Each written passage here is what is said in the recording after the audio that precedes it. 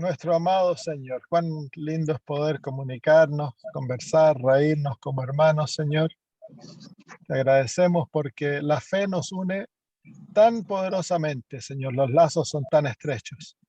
Te agradecemos porque tú eres nuestro Padre, Jesús es nuestro hermano y el Espíritu Santo es nuestro guía, nuestro consejero. Querido Señor, en esta mañana al estudiar tu palabra, como niños, Señor, pedimos que nos enseñes, que abras nuestro entendimiento, que nos des poder para vivir de acuerdo a tu palabra y tener el gozo, Señor, de poner en práctica las cosas que aprendemos, Padre. Haz que tu palabra sea vida para nosotros, que nos alimente, nos sostenga, nos fortalezca para vivir, Señor, en una generación tan mala, tan oscura, Señor, vivir como hijos tuyos, Señor, y ser luces en el medio de la oscuridad. Gracias, Padre, por escuchar nuestra oración en el nombre de Jesús. Amén. Muy bien, estamos en el capítulo 6 de Romanos. Espero que les esté siendo de ayuda lo que estamos estudiando, que son cosas que usualmente no discutimos, no hablamos, cómo ser libres de la esclavitud del pecado. Y es tan sencillo, las Sagradas Escrituras lo muestra tan lindo. La semana pasada hablamos llegamos al versículo 14, donde se nos da esta poderosa promesa, porque el pecado no se enseñoreará de vosotros, pues no estáis bajo la ley, sino bajo la gracia. Así que el poder para vencer el pecado es la gracia, no la ley. La ley no tiene poder para vencer el pecado. La ley tiene el poder para revelar el pecado. Esa es la función que Dios le ha dado a la ley, revela el pecado. Ahora, cuando la ley está escrita en el corazón y en la mente, obra como un preventivo contra el pecado. Pero el poder que destruye la esclavitud al pecado es la gracia. Y es por eso que el apóstol Pablo aquí nos dice de que ya no somos siervos del pecado, pues estamos bajo la gracia.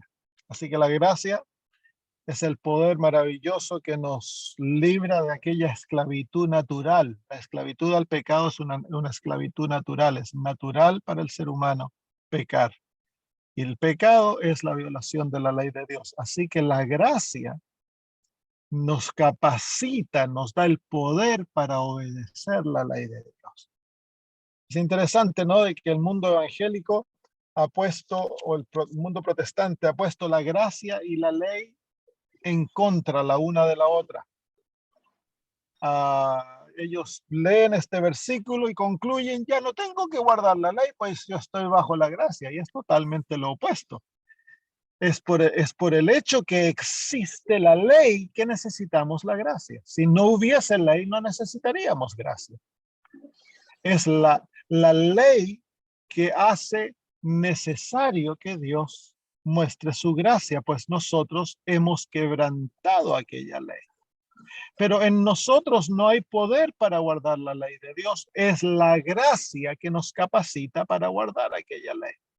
Y la ley lo hace, y la gracia lo hace por medio de destruyendo la esclavitud que existe en nuestra alma en el pecado. Y eso ocurre, por supuesto, cuando nacemos nuevamente, somos justificados, el Señor nos hace justos, implanta en nosotros su justicia. Entonces, al implantar su justicia, ahora hay una nueva naturaleza en nuestro ser. El Espíritu Santo viene a morar en nosotros, trayendo la presencia del Padre y del Hijo.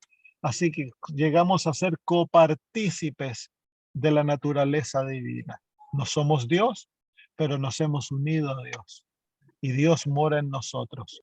Y ese es el secreto de la victoria. Cristo en nosotros, la esperanza de gloria, dice el apóstol Pablo en el libro de Colosenses. Así que ese versículo es una promesa maravillosa. Cuando ustedes tienen problemas con el pecado, cuando hay tentación, deseos, cuando hay inclinaciones a lo malo, que siempre las vamos a ver porque nuestra naturaleza carnal no es erradicada. La naturaleza carnal coexiste en nosotros con la naturaleza divina. Y entonces hay una batalla constante, pero a través del Espíritu Santo, la naturaleza carnal, hemos de morir a ella. Y al morir a nuestros deseos, a nuestros planes, a nuestros pensamientos, al morir a nosotros mismos, entonces la naturaleza divina toma el control de la vida y Dios nos controla a través de nuestra voluntad que ha sido sometida a Cristo. Muy bien. El secreto de esto es el someterse a la voluntad divina. El apóstol Pablo va a hablar nuevamente, pero en el versículo 13, el versículo 12 en adelante, el apóstol Pablo comienza este pensamiento y dice: no reine pues el pecado en vuestros cuerpo mortal, de modo que lo obedezcáis en sus concupiscencias. Entonces la obediencia, el presentarnos para obedecer al pecado, ni tampoco presentéis o sometáis vuestros miembros al pecado como instrumentos de iniquidad, sino someteos vosotros mismos a Dios como vivos de entre los muertos y vuestros miembros a Dios como instrumentos de justicia. Esto es lo que Dios no puede hacer. Dios no nos puede forzar a hacer su voluntad, pero nosotros podemos escoger hacer su voluntad y podemos escoger someternos, rendirnos a la voluntad de Dios. Esa es la manera que cooperamos con Dios, presentamos, sometemos, rendimos nuestros miembros, nuestra mente, nuestro cuerpo, nuestros sentidos, los ojos, los oídos, todo lo que somos, lo rendimos a Dios para que Él lo use y para que Él haga su voluntad a través nuestro. La batalla más grande es el rendir nuestra voluntad a Dios, para que Él haga en nosotros de acuerdo a su voluntad. Diariamente hemos de rendir la voluntad a Dios, para que Él obre en nosotros a través de nuestra voluntad, porque el secreto de la victoria se encuentra en el uso de la voluntad. Versículo 15. ¿Qué pues? ¿Pecaremos porque no estamos bajo la ley, sino bajo la gracia? En ninguna manera. ¿Se fijan que aquí el mismo apóstol Pablo contradice lo que estas personas dicen? ¿Cómo vamos a pecar si la gracia nos está capacitando para observar aquella ley? ¿No sabéis que si os sometéis, la palabra sometéis aquí es exactamente la misma palabra traducida presentar en el versículo 13? ¿No sabéis que si os sometéis, si os rendís a alguien como esclavos para obedecerle, sois esclavos de aquel a quien obedecéis, sea del pecado para muerte o sea de la obediencia para justicia?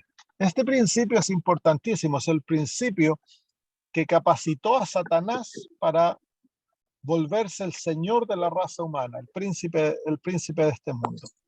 Porque cuando Adán y Eva se sometieron a la voluntad de Satanás y le obedecieron, entonces se volvieron esclavos.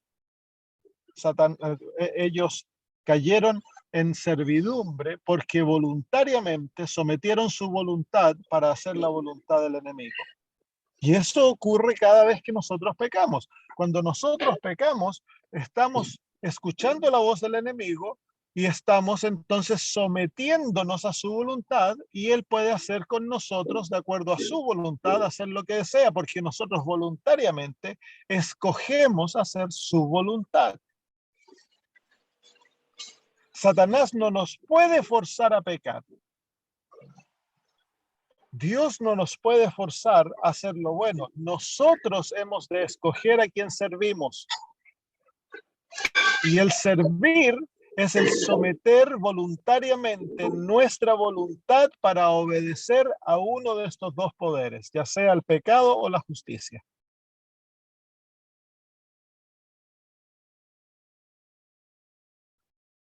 por eso que Satanás tiene, a pesar de la muerte de Cristo, Satanás tiene tanto poder en este mundo, porque la gran mayoría de los seres humanos voluntariamente hacen lo malo. Escogen mentir, escogen codiciar, escogen la lujuria.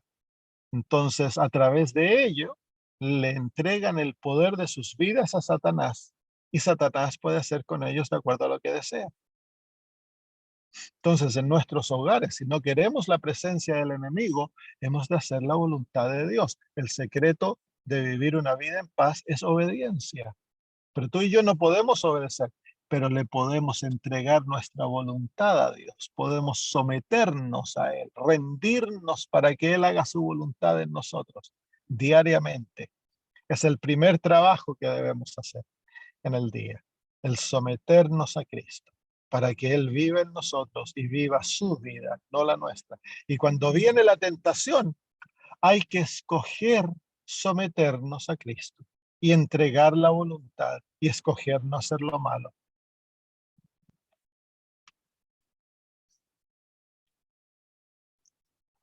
Versículo 17. Pero gracias a Dios, que aunque erais esclavos del pecado, aquí el apóstol muestra nuestra verdadera naturaleza, somos naturalmente esclavos al pecado. Un esclavo es alguien que no tiene voluntad propia. Un esclavo es alguien que es la posesión de otro y él vive para hacer la voluntad de su amo, de su señor. Entonces nosotros éramos pasado esclavos del pecado.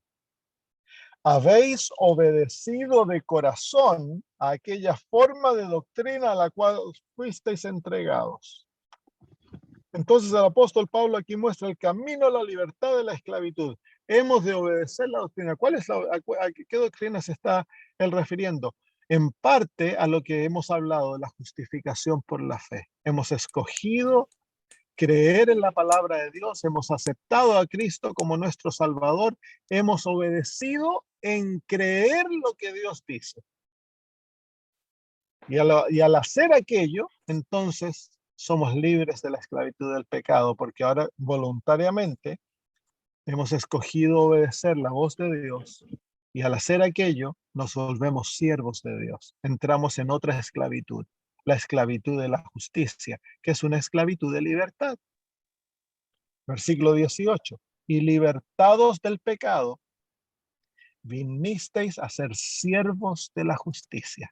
La palabra traducido esclavos y siervos es la misma palabra griega, solamente que en la traducción la han suavizado un poquito porque suena medio duro decir somos esclavos de la justicia, pero eso es lo que está diciendo el apóstol Pablo. El apóstol Pablo está contrastando las dos realidades. Cuando estábamos en el pecado éramos esclavos del pecado, no podíamos hacer lo bueno porque hacíamos naturalmente la voluntad del pecado en nuestras vidas. Era natural para nosotros desobedecer, hacer lo malo. Él lo va a decir un poquito más. Versículo 19 dice, hablo como humano, porque por vuestra humana debilidad. Él está usando términos humanos para comprender realidades divinas. Que así como para iniquidad presentasteis o sometisteis vuestros miembros para servir a la inmundicia y a la iniquidad, así ahora para santificación presentad vuestros miembros para servir a la justicia. Pero aquí él está presentando en la realidad de la sumisión. Como esclavos, lo que debemos hacer es someternos. Cuando éramos esclavos del pecado, naturalmente nos sometíamos al pecado para hacer lo malo. Rendíamos nuestra voluntad. ¿Qué quiere decir eso? El pecado en nosotros sugería hacer lo malo y nosotros escogíamos hacer lo malo y lo hacíamos.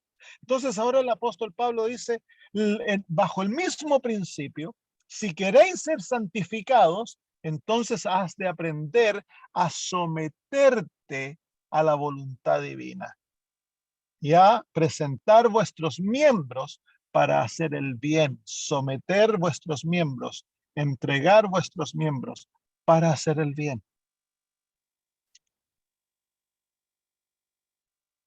Ahí yo pienso que está la batalla más grande, porque nosotros ya por años aprendimos a hacer lo malo, tomamos el gusto de hacer lo malo, de hacer nuestra propia voluntad, planear nuestra vida, creyendo que éramos libres, pero no éramos libres.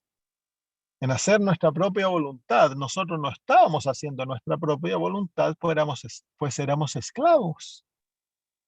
Entonces nosotros no hacemos nuestra voluntad, nosotros hacíamos los deseos de Satanás. Satanás era el que obraba en nosotros, tanto el querer como el hacer de acuerdo a su voluntad.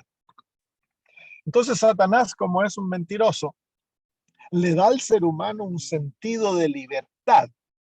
El ser humano cree que él puede hacer lo que quiere, entonces yo voy a hacer lo que quiero. Y va y comienza a tomar alcohol, a tener sexo antes del matrimonio, a las fiestas, planea ser rico, dedica su vida a ganar dinero o a estudiar, se aleja de Dios y él cree que es libre, pero no es libre, es un esclavo. Es un esclavo del enemigo, de su voluntad, es un esclavo de sus pasiones, pero él cree que es libre. Satanás le da un sentido mentiroso de que él es libre. El ser humano tan solo es libre en Cristo Jesús, porque Jesús no tiene esclavos. Por eso dice el apóstol Pablo en el versículo 18, y libertados del pecado. Que nuestros jóvenes pudiesen comprender estas realidades, de que cuando ellos escogen salir de la iglesia, apartarse de Dios para hacer lo que ellos quieren, no están haciendo lo que ellos quieren, están haciendo la voluntad de Satanás. Han caído en una esclavitud perversa de la cual el ser humano no se puede librar por sí mismo. Es imposible para el ser humano liberarse de aquella esclavitud, porque esa esclavitud resuena en nuestra alma y nos gusta. ¿Por qué? Porque nuestro corazón es pecaminoso, tenemos una naturaleza pecaminosa, entonces es muy fácil para Satanás hacernos esclavos, muy fácil.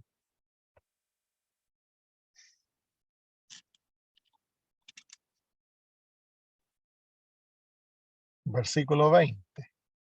Entonces el secreto es la sumisión, el entregarnos, el rendirnos a los pies de Cristo. Cuando viene la batalla entre tu voluntad y la voluntad de Cristo, ya puedes ir a un lugar y viene el deseo de comer algo que tú sabes que no se debe comer o algo que no se debe tomar. A veces es algo sencillo. O comprarte una ropa que tú sabes que como cristiano no debiéramos usar. O estás enojada o enojado y quieres gritarle a tu esposo, a tus hijos. Y tú sabes, el Espíritu Santo te habla. No debieras actuar de esa manera, no hagas eso, no comas eso. Entonces ahí hemos de someternos, hemos de decirle, Señor, yo tengo ganas de hacer esto, pero escojo no hacerlo y someto mi voluntad a ti para que tú hagas en mí tu voluntad. Ayúdame, por favor. Haz en mí tu voluntad. Habla a través de mí. Quítame este deseo. Escojo no hacerlo. Por lo tanto, no lo voy a comer. No voy a comprar esa ropa. No voy a hablar de esa manera. Pero tú has de obrar en mí. Entonces, esa es la sumisión de la voluntad.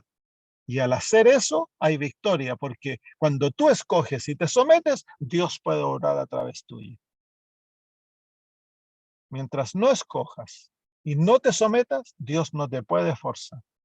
Él permite que caigas en el pecado para que aprendas lecciones. Versículo 20, porque cuando erais esclavos del pecado, erais libres acerca de la justicia. Claro, no teníamos el poder de hacer lo justo. Todo lo que el ser humano hace cuando es esclavo del pecado está contaminado de pecado. Está contaminado por el orgullo, por la autoexaltación, el egoísmo, el deseo que otros piensen bien de mí, que me vean, y tanta cosa. Entonces, no, sin Cristo no hay justicia en el corazón humano. No somos libres de la justicia. Versículo 21. Pero ¿qué fruto teníais de aquellas cosas de las cuales ahora os avergonzáis? ¿Cuál es el fruto? Porque el fin de ellas es muerte. ¿Cuál es el fruto de la carne? Vamos a ver Gálatas, porque aquí el apóstol no lo menciona. Vamos a ver Gálatas capítulo 5. El apóstol aquí nos habla del fruto de la carne. Las cosas que son naturales para la carne. Versículo 16 del capítulo 5 de Gálatas dice, digo pues, andad en el espíritu y no andad en el espíritu y no satisfagáis los deseos de la carne. A ver, hay alguien que tiene su micrófono abierto, podrían por favor apagarlo para que se quede. Ahí está, gracias. Porque el deseo de la carne es contra el espíritu y del espíritu es contra la carne. Y estos se oponen entre sí para que no hagáis lo que quisierais. Pero si sois guiados por el espíritu, no estáis bajo ley. Y manifiestas son las obras de la carne. Aquí vienen los frutos de la carne. ¿Cuáles son? Adulterio, fornicación, inmundicia, lascivia, idolatría, hechicerías, enemistades, pleitos, celos, iras, contiendas, disensiones, herejías, envidias, homicidios, borracheras, orgías y cosas semejantes a estas, acerca de las cuales os amonesto, como ya os lo he dicho antes, que los que practican tales cosas no heredarán el reino de Dios. Entonces ahí están las obras de la carne. Eso es lo que naturalmente produce la carne. Y eso es lo que el apóstol Pablo se está refiriendo en el capítulo 7, cuando él dice, el capítulo 6, cuando él dice, porque, versículo 1, pero qué fruto teníais de aquellas cosas de las cuales ahora os avergonzáis. Esos son los frutos, que ahora cuando uno está convertido, mira para atrás y mira, uno piensa en esas cosas con vergüenza y ya no quiere más participar en esas cosas porque el corazón ha cambiado. Y hay lucha porque la naturaleza humana, la naturaleza carnal, quiere participar en aquellas cosas.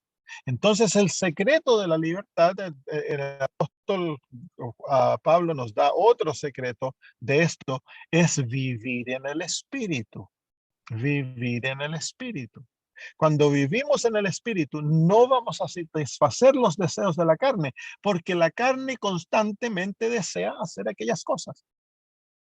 Entonces, el único que puede controlar la carne es el Espíritu Santo, es Dios en nosotros, es Cristo en nosotros, la esperanza y gloria, Él mora en nosotros a través de su Espíritu. Y siendo llenos del Espíritu, entonces el Espíritu controla las pasiones de la carne y nos da victoria. Pero Él tan solo lo puede hacer si nosotros nos sometemos, nos rendimos a Él y escogemos presentar nuestros miembros para la justicia y no para lo malo. Versículo 22. Mas ahora que habéis sido libertados de la carne, del pecado, perdón, y hechos siervos de Dios. Aquí hemos llegado a ser esclavos de Dios ahora, ya no de Satanás. ¿Qué quiere decir eso? ¿Por qué está el apóstol Pablo usando esta simbología de ser siervos? Es porque él quiere que entendamos de que nuestra voluntad tiene que ser sometida, ya sea al pecado o a la justicia, ya sea a Satanás o a Dios. No somos nuestros propios, como dice el dicho que dice que nosotros somos nuestros propios maestros o señores, que nosotros nos gobernamos a nosotros mismos. Nosotros no nos gobernamos a nosotros mismos. Ya sea estamos bajo el poder de Satanás o bajo el poder de Dios. Eso es lo que nosotros podemos escoger. ¿Quién nos gobierna? Y a qué poder le hemos de presentar nuestra voluntad para hacer su voluntad. No nos conocemos a nosotros mismos, como se cree en el mundo que conócete a ti mismo. No nos conocemos.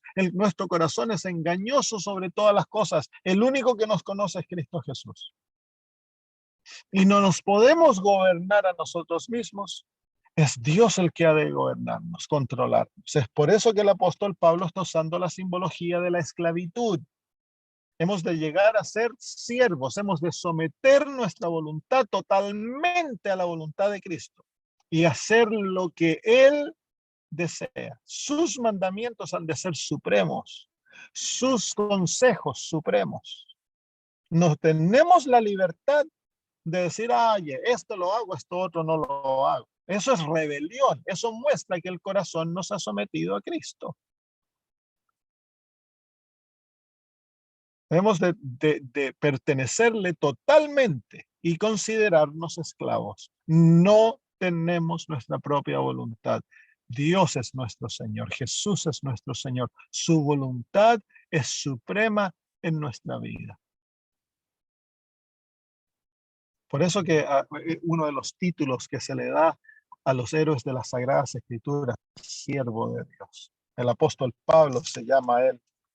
Asimismo dice Pablo en el capítulo 1, versículo 1, siervo de Jesucristo, llamado a ser apóstol, siervo de Jesucristo. Yo no vivo para hacer mi voluntad, no vivo para complacerme a mí mismo, vivo para servir y complacer a mi Señor Jesucristo. Esa es la actitud, la única actitud correcta en la vida cristiana.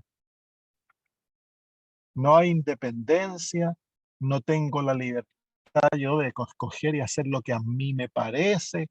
No, mis pensamientos han de ser sometidos, todo lo que yo soy ha de ser entregado y sometido a Cristo en una servitud completa, absoluta. Es la única manera de ser realmente libres. Mas ahora que hay sido libertados del pecado y hechos siervos de Dios. ¿Cuántas veces repite el apóstol Pablo esto de que hemos sido libertados del pecado? Y se predica en la iglesia que vamos a seguir pecando hasta que Cristo venga. Se le enseña a los hermanos que no es tan malo pecar. Eso es lo que se da a entender, que bueno, el pecado, el pecado está en ti, que no puedes pecar, que puedes pecar, vamos a seguir pecando porque pecamos mucho durante el día, se enseña, es imposible dejar de pecar. Vamos a pecar hasta que Cristo venga. Y sin embargo, el apóstol Pablo ha repetido aquí vez tras vez que hemos sido libertados del pecado. Ya no somos siervos del pecado. Entonces, si hemos sido libertados del pecado y hemos dejado de ser siervos del pecado, ahora hemos llegado a ser siervos de la justicia, esclavos de Dios. Entonces, eso quiere decir que somos libres del control del pecado. Y miren, el apóstol Juan lo dice categóricamente en el 1 de Juan capítulo 3, versículo 9, dice, todo aquel que es nacido de Dios no practica el pecado porque la simiente de Dios permanece en él y no puede pecar porque es nacido de Dios. Entonces, ¿por qué pecamos? Porque no permanecemos en Dios, porque no nos consideramos siervos, porque queremos hacer lo que a nosotros nos parece, queremos vivir nuestra propia vida, queremos hacer nuestros propios planes, entonces pecamos. Porque al hacer eso, te entregas en las manos del enemigo. Pero si tuviésemos una mentalidad de absoluta entrega, como los grandes héroes como Daniel, como José, como Enoc, entonces, queridos hermanos, no pecaríamos. Sería imposible pecar. Increíble, ¿no? Esto es el propósito del mensaje adventista. El propósito, el objetivo del mensaje adventista es tener un pueblo santificado completamente, un pueblo que va a vivir en la generación más depravada y no va a pecar. Ese es el propósito. Por eso el énfasis en el adventismo en cuanto a la santificación y a la obediencia, tristemente lo hemos separado de la verdadera experiencia de la justicia por fe y se ha vuelto justicia por obras. Muchos adventistas están tratando de ser obedientes y vivir una vida santa, una vida justa por sus propios esfuerzos, sin una dependencia viva en Cristo y sin aprender a someterse, a entregarse a Cristo, entonces se vuelve un peso imposible de llevar a cabo. Es imposible para mí dejar de pecar. Es Cristo en mí la esperanza de gloria. Pero ese es el objetivo. Dice el apóstol Pablo que el deseo de Dios para nosotros es nuestra completa santificación, que seamos santificados mente, cuerpo y espíritu. Ese es el objetivo del plan de la redención. Y por eso que Dios le ha dado al pueblo adventista un mensaje, el mensaje del lugar santísimo, que se centra en la obediencia a la ley de Dios. Pero ¿cómo puedo obedecer esa ley? Tan solo por la gracia. Entonces yo he de experimentar la gracia en mi vida, he de vivir en el contexto de una sumisión absoluta a Cristo Jesús. Y Él ha de llegar a ser mi todo. Y cuando eso ocurre, mira lo que dice el apóstol Pablo, dice, versículo 22, más ahora que habéis sido libertados del pecado y hechos siervos de Dios, mire lo que dice, tenéis por vuestro fruto la santificación y como fin la vida eterna. Así que la santificación es ¿un fruto de qué? Es un fruto de la justificación. La justificación nos libra del pecado, nos hace siervos de Dios, porque se acuerdan los tres requisitos de la justificación. Hemos de venir ante Dios como somos, impíos. Hemos de aferrarnos a las promesas y la palabra de Dios y a Cristo por fe. Y hemos de entregarnos completamente, hemos de morir a nosotros mismos. Así que es la experiencia de la justificación que nos da la realidad de la liberación del pecado, porque en la justificación Dios nos perdona, nos declara una nueva creación y nos hace un nuevo ser.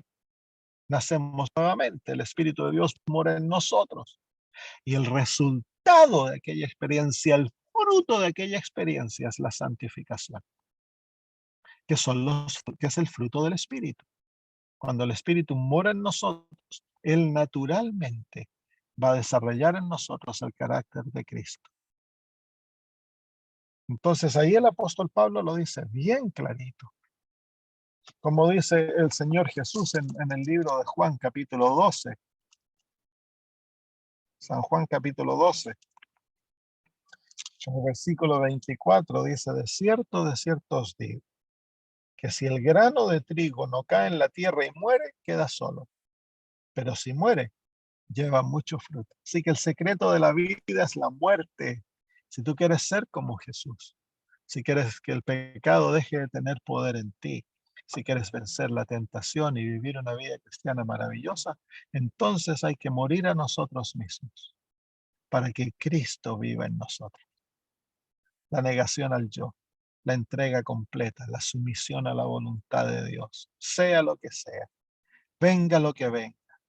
El permanecer con Cristo sabiendo de que porque yo soy hijo de Dios, nada me puede pasar a no ser que sea su voluntad.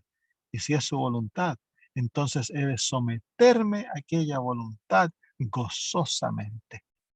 Porque la manifestación de la voluntad de Dios no tan solo está en aspectos de obediencia, por ejemplo, el guardar el sábado, el pagar el diezmo, el no tomar té, café, alcohol, el no comer comidas prohibidas, el comer sano, el vestirme de cierta manera, el honrar a mis padres, todas esas cosas que se nos enseñan. Ese es un aspecto de la sumisión a la voluntad de Dios, porque esa es la voluntad escrita. Pero ahora cuando vienen circunstancias en la vida que, que pareciese que Dios nos ha abandonado, ya sea enfermedad, desempleo, dolor, rechazo, pobreza. Entonces ahora yo he de aprender a someterme, porque si yo soy hijo de Dios, Dios mora en mí. Nada me puede tocar a no ser que sea por permiso de Dios. Y si me toca, si algo pasa, entonces la voluntad de Dios para mí. Por lo tanto, yo me he de someter a aquella voluntad y pasar por la experiencia gozosamente, porque yo sé que es Dios que está obrando en mí de acuerdo a sus propósitos. Entonces, eso también es parte de vivir la voluntad divina, porque hay tantos hermanos que cuando viene el dolor, las dificultades se sueltan de la mano de Dios y tratan de tomar control de las circunstancias, salir del problema. Y si caen enfermos, oren por mí, hermanos, para que yo me sane, y buscan la sanidad a todo costo. ¿No sería mejor pedirle a los hermanos que oren por mí para que el Señor me dé la fortaleza para pasar por estas circunstancias y aprender las cosas que el Señor desea que yo aprenda?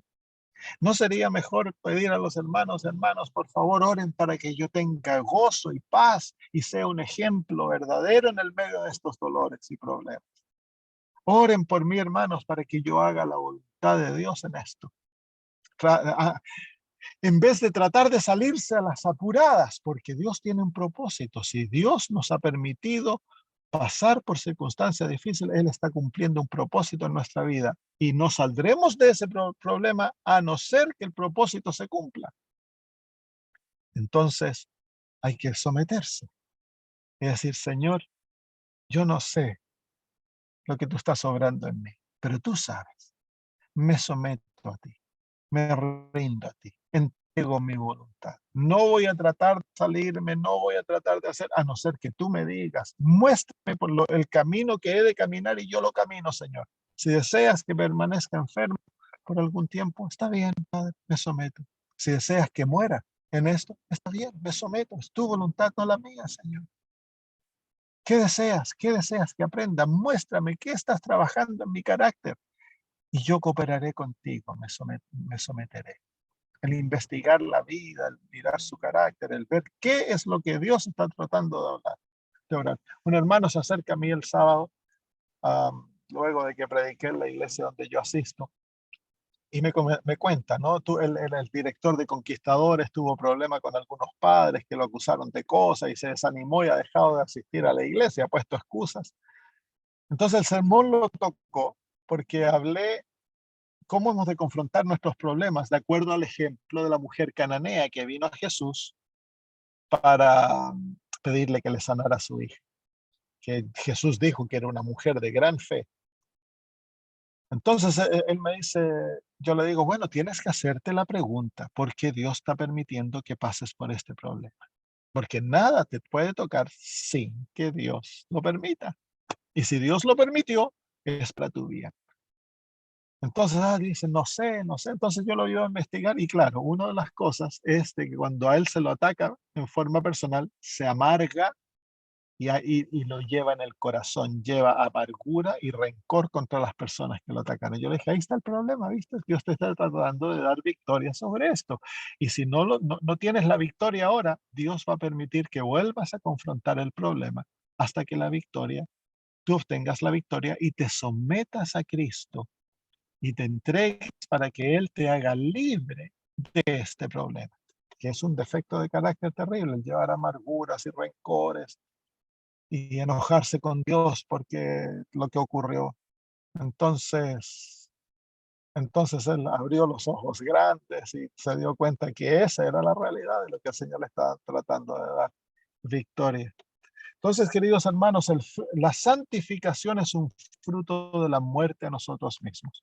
La justificación demanda que nosotros muramos a nosotros mismos, porque hemos de dejar de confiar en nosotros y aferrarnos totalmente a Cristo como nuestro todo. Hemos de dejar de confiar, de mirarnos a nosotros mismos, esperar en nosotros, confiar en nuestros planes. Hemos de morir a nosotros y ahora Cristo llegar de ser nuestro todo. Eso es la justificación. Y el resultado de aquello es una transformación completa de la vida, donde hay libertad del pecado y el ser humano deja de pecar. Si tú te miras para atrás, hay millares de cosas que el Señor te ha cambiado que tú ni siquiera te diste cuenta. Ya no eres la misma persona. A medida han ido pasando los años y a pesar de la imperfección, de las cosas que no entendías, en su misericordia el Señor trabaja contigo y has cambiado, ya no eres enojón, gritona, has dejado de amar las películas, las modas, ha cambiado tu dieta, has ido cambiando porque esa es la manera. Ahora, si moráramos más intensamente y más dedicadamente en el Espíritu Santo, nuestra transformación sería gloriosa. Seríamos ejemplos ante el mundo, pero no lo somos porque tenemos un contacto con Cristo muy débil, muy pobre. Hemos de aprender a depender de Él totalmente. Muy bien, terminemos con el versículo 23. Porque la paga del pecado es muerte, mas la dádiva de Dios es vida eterna en Cristo Jesús, Señor nuestro. Aquí se encuentra el maravilloso evangelio. Qué maravilloso. Y todo lo que Dios nos da, todas las realidades de la vida cristiana son un don. Todo es dado. Todo es otorgado en Cristo Jesús como un don maravilloso, incluyendo la vida eterna. Así que así como estábamos condenados a muerte y éramos esclavos del pecado y producíamos tan solo injusticia, maldad, ahora lo opuesto es realidad. Ahora somos esclavos de la justicia, hijos de Dios, esclavos de Dios. Y ahora naturalmente en nosotros el Espíritu Santo produce lo justo, lo bueno, somos santificados y como resultado tenemos el don de la vida eterna. Ya no estamos condenados a muerte. El que cree en mí, aunque esté muerto, vivirá. Y luego dice el Señor Jesús, el que cree en mí no morirá. Entonces hay dos muertes. Hay una que morimos, pero viviremos. Y esa es la muerte primera, que es un sueño para Dios. Y luego viene la muerte segunda, que es la destrucción, la paga del pecado. Esa nunca la moriremos nosotros si permanecemos en Cristo Jesús. Nunca pereceremos. Nosotros tan solo dormimos. Nosotros no morimos. Dicen, qué maravilloso, ¿no? Porque la verdadera muerte es el perecer. Esa es la muerte eterna, la muerte, la segunda muerte. La otra muerte, el Señor Jesús dijo de Lázaro, nuestro amigo Lázaro duerme y voy para despertarle. Para Dios, la muerte primero es un sueño y así debiéramos nosotros considerarla. Así que si estás enfermo y Dios te está llamando a morir, tan solo te está llamando a dormir. Asegúrate que estás en Cristo. Asegúrate que tus pecados están perdonados y que tu vida está entregada y sometido a Jesús. Y si es así, entonces tan solo vas a dormir y nadie tiene miedo de dormir. Anoche yo llegué tarde a la casa cansado como perro. Qué lindo fue dormir. Me di una ducha y me metí a la cama y me quedé dormido como tronco. Esa es la muerte, pues. Eso así es la muerte, un poquito distinta, en el cual no hay conciencia, pero esa es la experiencia de la muerte. Para el Hijo de Dios, la muerte es un descanso en el cual en el otro lado seguiremos viviendo eternamente porque ya tenemos vida eterna en Cristo Jesús. Muy bien, ¿hay alguna pregunta? Amén, pastor. Sabe que me hizo reflexionar, estoy casado y tengo 4 hijos, y hace poco me echaron de trabajo por el sábado.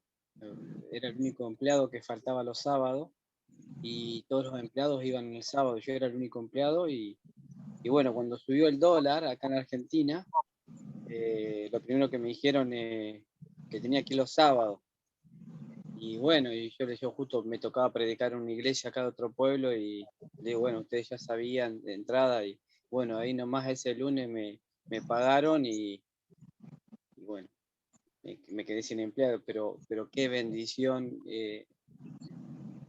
qué bueno que uno está fortalecido en la fe, pastor, porque son pruebas, como usted Amén. decía, que vamos a pasar.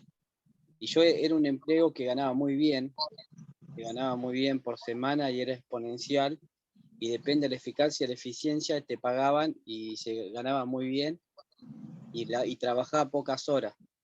Pero bueno, tenía que, pero gracias a Dios me fui gozoso. Y bueno, cuando vine y compartí con mi esposa, mi hijo, digo, bueno, y es un tiempo que estamos viviendo, pastor, así que hace 1 mes y medio que estoy sin trabajo, y ahora voy a Ya. entrar a otro lado, si Dios quiere, a una empresa Amén. adventista, y bueno, Amén. Dios tiene algo mejor, que ahí trabajan de lunes a viernes, así Amén. que justo un hermano hablamos y digo, bueno, es una bendición, pero bueno, son pruebas, ¿viste? Porque a veces Claro. uno, uno hasta que no vive esa experiencia no sabe lo que va a pasar. Pero Mm. cuando uno puede hablar con la familia y tu esposa te acompaña, tus hijos te acompañan, vos decís, bueno, y gracias a Dios, pastor, estamos los 6 adentro de la iglesia y es lo más lindo que le puede pasar al ser humano, porque como dice Pablo, Amén. todo lo demás lo tengo por basura. Gracias, pastor, por el mensaje. Mm.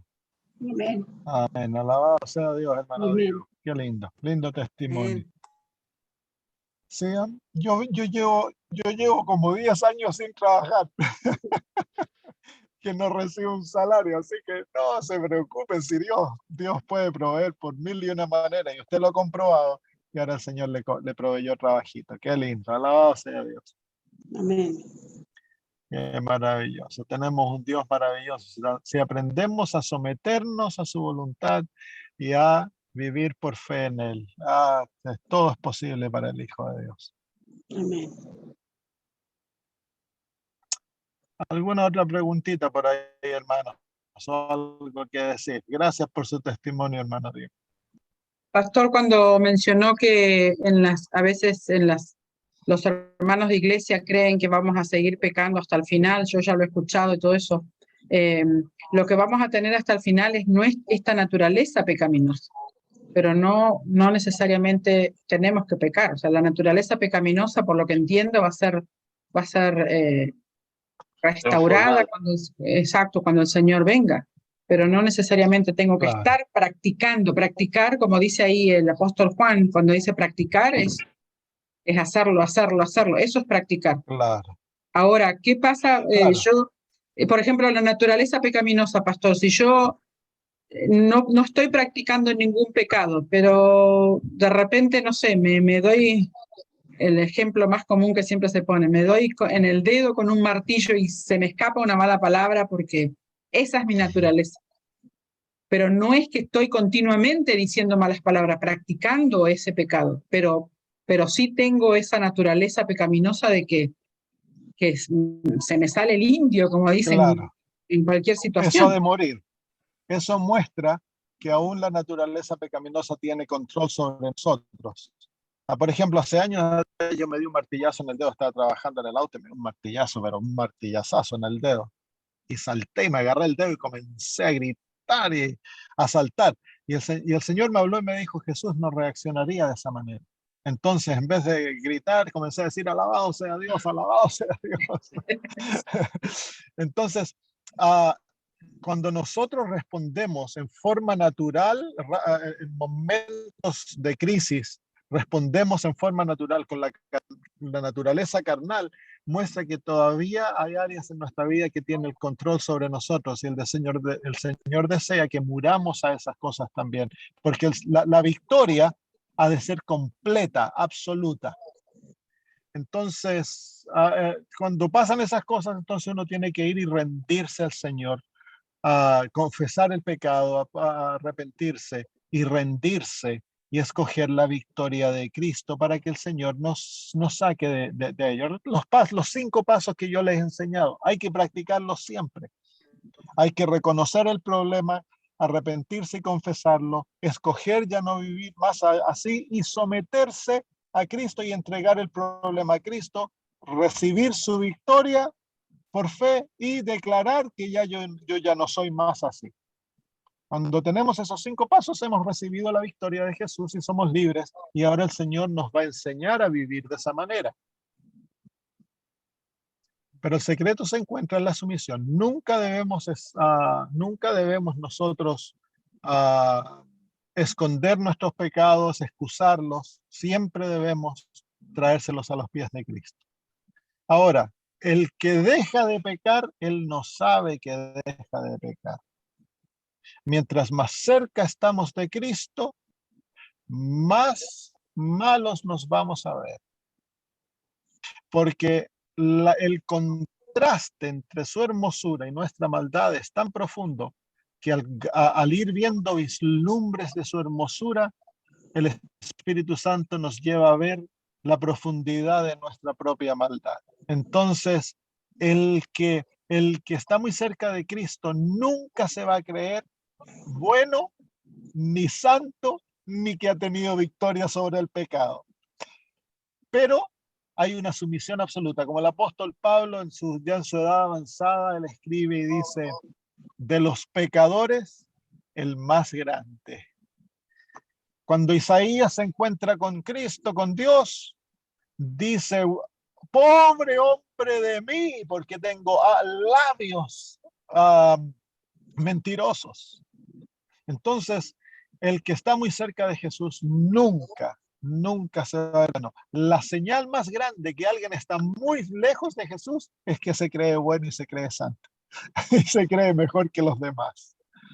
Así que, no, miren, no concentren sus energías en dejar de pecar, porque ese es un fruto. Concentren sus energías en estar unidos y sometidos a Cristo. Ahí está la batalla.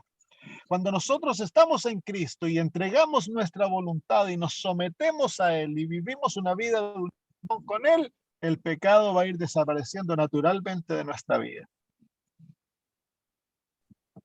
Hay dos extremos. Está el extremo liberal dentro de la iglesia que excusa el pecado y nos enseña que vamos a seguir pecando hasta que Cristo venga. Tristemente no era una enseñanza en el mundo hispano, pero como los pastores hispanos han ido a lugares de enseñanzas inglesas o profesores de universidad han venido a nuestros centros de educación hispanos, la teología, algunas de las teologías inglesas se han infiltrado y ahora entre los hispanos se enseña de que no hay victoria sobre el pecado. Esa es la posición liberal. La posición ultraconservadora tiende a poner el peso de la victoria sobre el pecado en el ser humano. Y están constantemente diciendo, hemos de dejar de hacer esto, hemos de dejar de hacer lo otro, tenemos que ser santos, tenemos que tener victoria sobre el pecado. Todo muy lindo, pero ¿cómo? Y nunca se enseña cómo. No se exalta a Cristo. Entonces, la persona cree que, bueno, yo voy a dejar de vencer el pecado si soy bien fiel a la reforma pro salud y me visto estrictamente y hago, y se vuelven terriblemente estrictos y criticones y amargos. ¿Por qué? Porque en el corazón de ellos no hay paz, porque es la religión de ellos, no es la religión de Cristo. Entonces, cuando hablamos de la victoria sobre el pecado, yo no te estoy diciendo ahora ponte a contar tus pecados y esté a tratar de vencerlos. No, acércate a Cristo, sométete a Él, pone tu voluntad a los pies de Él y todos tus miembros para que Él los gobierne y los controle. Y cuando eso ocurre y tú vives en Jesús, el pecado va a ir solito desapareciendo de la vida. Pastor, cuando usted habla de, ha mencionado en varias predicaciones que he escuchado que habla acerca de la vestimenta. ¿A qué se refiere con esto? Yo hablando no del mundo, sino de nosotros que vamos a la iglesia. De la iglesia. Entonces, Dios nos ha dado principios, tanto en la palabra de Dios como en el espíritu de profecía, principios a través de los cuales nosotros hemos de vestirnos para ejemplificar el carácter de Cristo en nuestras vidas. Uno de aquellos principios es el hecho de que no debemos adornarnos externamente. No debemos usar oro, no debemos usar joyas, no debemos usar todo lo que es no sé cómo se llama, las pinturas y esas cosas, porque eso muestra de que yo soy el ídolo y yo estoy buscando atracción a sí mismo. Mi vestimenta ha de ser modesta, no debe mostrar las partes que tan solo se le deben mostrar a la esposa y al esposo, ya sean los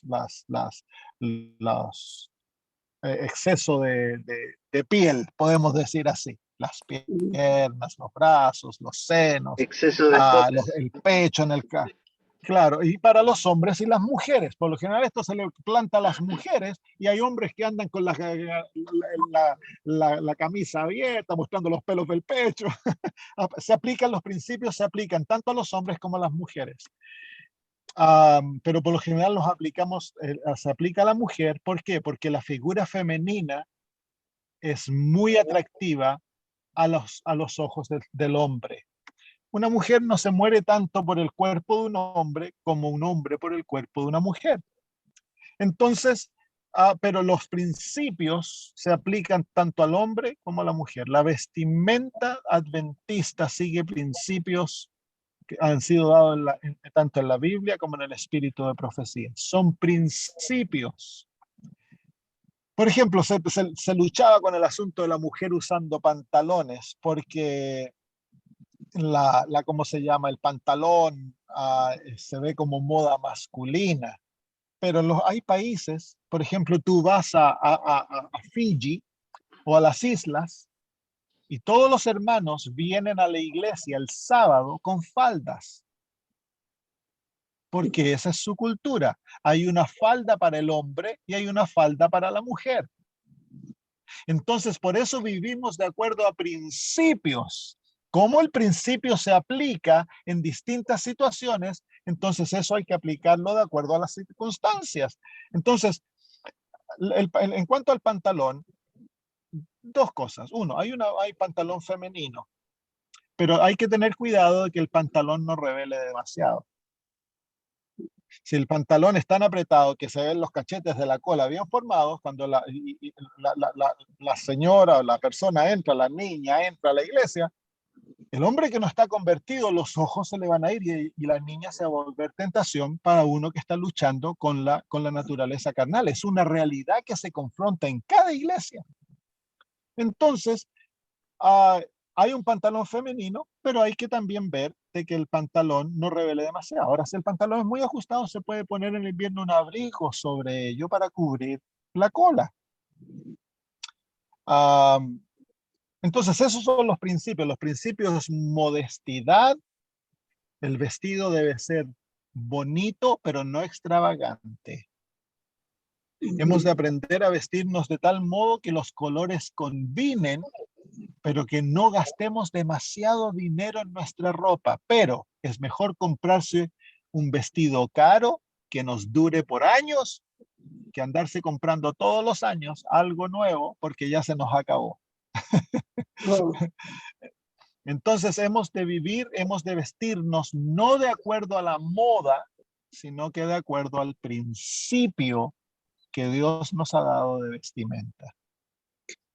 Aquí en Estados Unidos, no me acuerdo en Argentina, pero en Estados Unidos se usa mucho cuando hace en el verano uno de ponerse short, pantalón corto, tanto como para ir, no sé, a comprar a la playa o a ir andar caminando, hacer gimnasia. ¿Eso estaría mal para una mujer? No short que muestre todo, sino un short, un pantalón arriba de la rodilla, como para caminar. Claro, es el mismo principio. ¿Cuánto revela? Por ejemplo, en el tiempo de la hermana de White, las faldas eran muy largas, cubrían toda la pierna, porque si se le veía el tobillo a la mujer era considerado algo sexual. No se cubrían hasta abajo. Ahora de la rodilla para abajo no se considera algo sexual. Entonces, pero uno no puede tener leyes que cubren a todos por todos. Claro. Es ahí donde uno tiene que tener su caminata con el Señor y preguntarle a Él. Y decir: Señor, ¿cómo he de vestirme? ¿Cuál es tu deseo, Padre? Muéstrame. Estos son los principios. No sé cómo aplicarlo en esto. ¿Me podrías mostrar, por favor? El Señor va a dar sabiduría. Ok. Bueno. Gracias, pastor. De nada. Pastor, le cuento una experiencia cortita. Hace unos años yo estaba de primer anciano en una iglesia hispana. Los miembros son de diferentes nacionalidades. Tenía como anciano también a un hermano salvadoreño. Y un miércoles de noche en invierno, él estaba a cargo de la plataforma. Esto fue antes de la pandemia. Y invitó a una hermana mexicana, ya de edad avanzada, grande, para hacer la oración. Esta hermana no hacía mucho que se había hecho adventista y vino ese miércoles de noche con un vaquero, un jean, pero nada ajustado, sino aparte una mujer grande ya de edad, un amor la señora, y el hermano este no la dejó pasar a hacer la oración. Entonces, Ya. cuando yo le pregunté, le dije, ¿qué pasó? ¿Por qué no pasó la hermana a orar? No, y si no viste cómo vino vestida, le digo, ¿cómo vino vestida? Y se trajo Jim. ¿Y qué tiene que ver eso? Le digo. Me dice, no puede pasar con Jim a la plataforma. Le digo, ¿y de dónde sacaste eso? No, que en mi país, en tu país, le digo, pero vos tenés que dar gracias primero que vino un miércoles con frío y que vino a la iglesia, y segundo que quiere participar. Le digo, ¿cómo le va a prohibir orar a una mujer así? Bueno, y así muchas experiencias. Está bien, si una mujer pasa con musculosa, mostrando todos los hombros, un sábado de mañana, bueno, está bien, se les dice, traten de traer un saquito y más o menos disimula un poco todo, pero ya ir a los extremos, y bueno, a mí me pasó eso, tuve que llamar la atención a este hermano y decirle, tenés que tener cuidado porque primero tenés que agradecer que vienen a la iglesia. Ya, claro. Entonces, hay que, en esto se da libertad a los hermanos y hermanas para que en su caminata con Dios no hemos de hacer que nadie sea nuestra mente. Hemos de estudiar por nosotros mismos los principios, leer, estudiar, escudriñar y luego llegar a nuestras propias conclusiones. Hay principios claros. Por ejemplo, en el mundo adventista ahora se ha hecho tan popular el uso de joyas. Se comenzó de, no, sí, el anillo está permitido, el anillo de matrimonio está permitido. Bueno, de ahí se saltó al anillo de compromiso, al anillo de los 25, al anillo de los 50.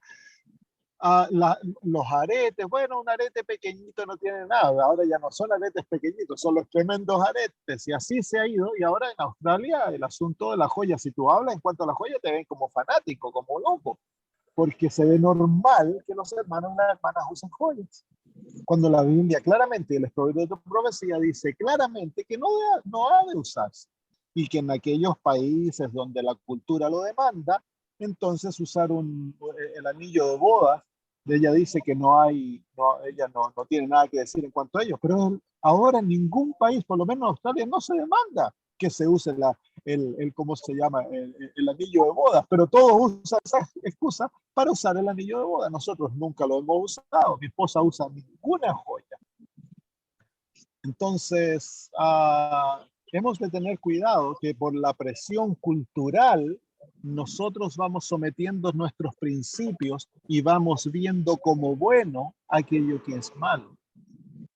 Pero ha de darse la libertad ni irnos a fanatismos tampoco. Por ejemplo, se va una caminata al campo donde los hermanos tienen que subir piedras, subir por roca, bajar y todo eso. Y se le enseñó a las hermanas que lo único que se puede usar es faldas. Pero la falda es incomodísima para hacer eso y puede revelar mucho más en ciertas circunstancias que el pantalón. Entonces es falta de sentido común en aquellos casos. Muy bien, ¿qué les parece si terminamos? Porque yo tengo que seguir. Hernán tiene la mano levantada, pastor. Hermano Hernán, habla. ¿Cómo has estado? Bien, bien, muchas gracias. Buenas noches a todos y buen día para usted, pastor.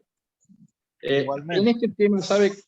Yo particularmente no tengo dudas, soy más bien muy conservador, lejos de ser muy liberal, pero no fanático.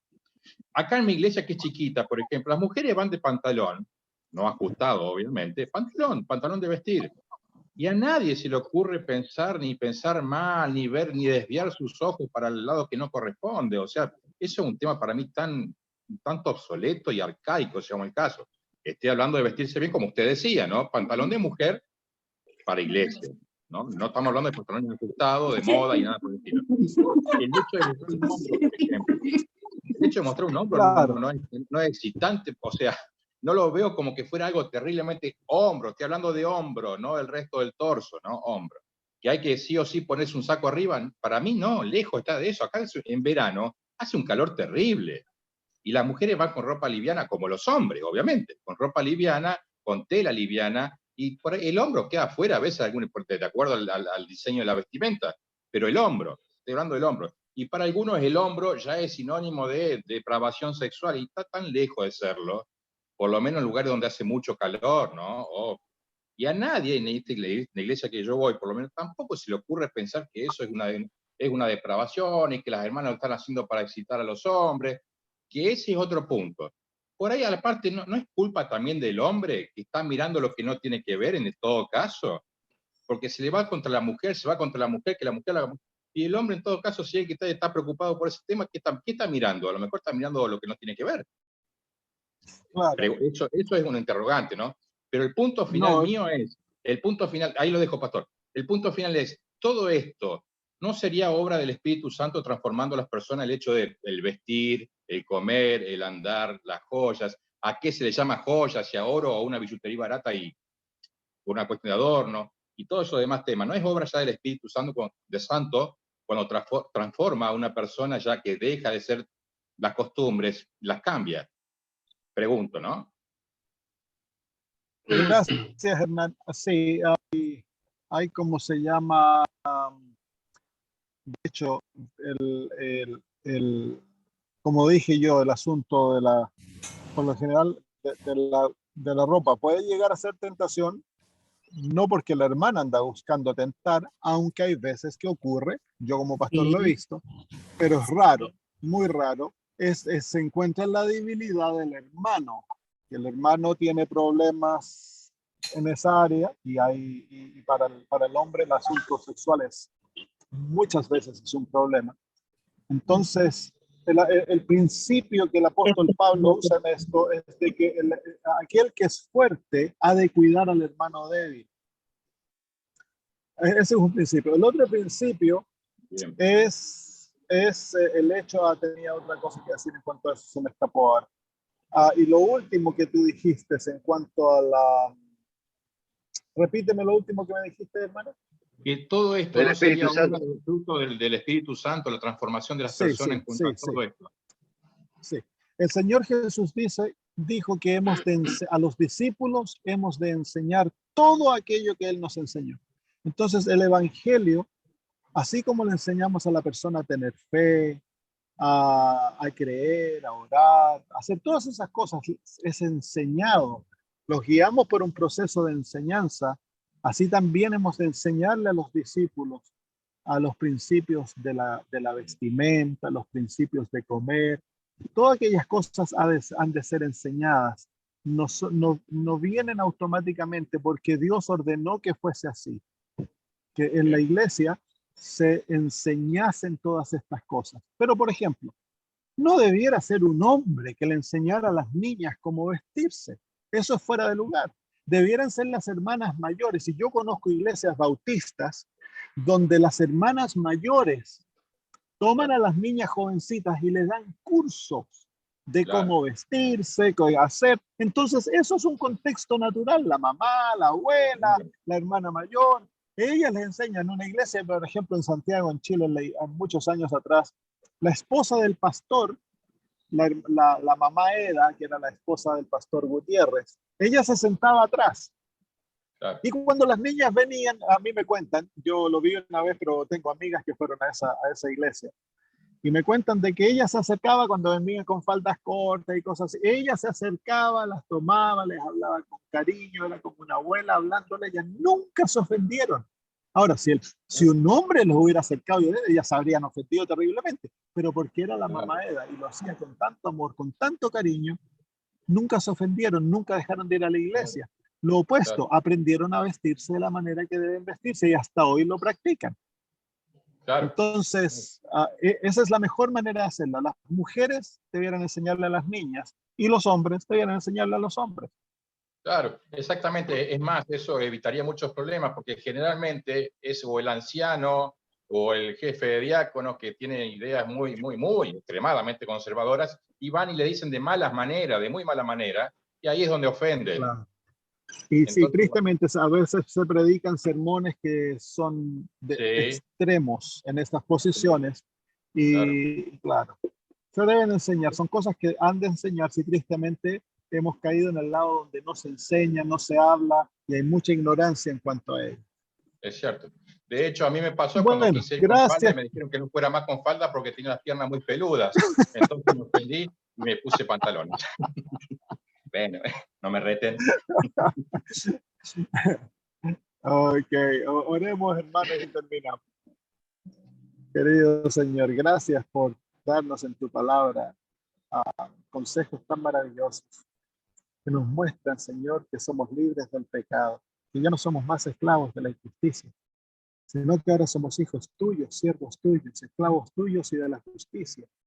Y que al vivir en Cristo, al someternos a su voluntad, al entregar todo lo que somos a Jesús, Él vivirá su vida en nosotros, Señor, y nos llevará a vivir una vida tal que te honraremos a ti.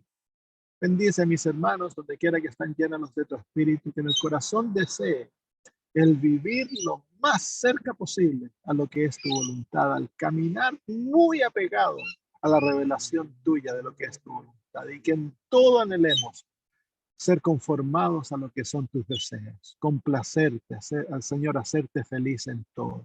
Gracias, gracias por todo, Padre, en nombre de Jesús. Amén. Un abrazo para todos. Gracias, hermanos. Pastor.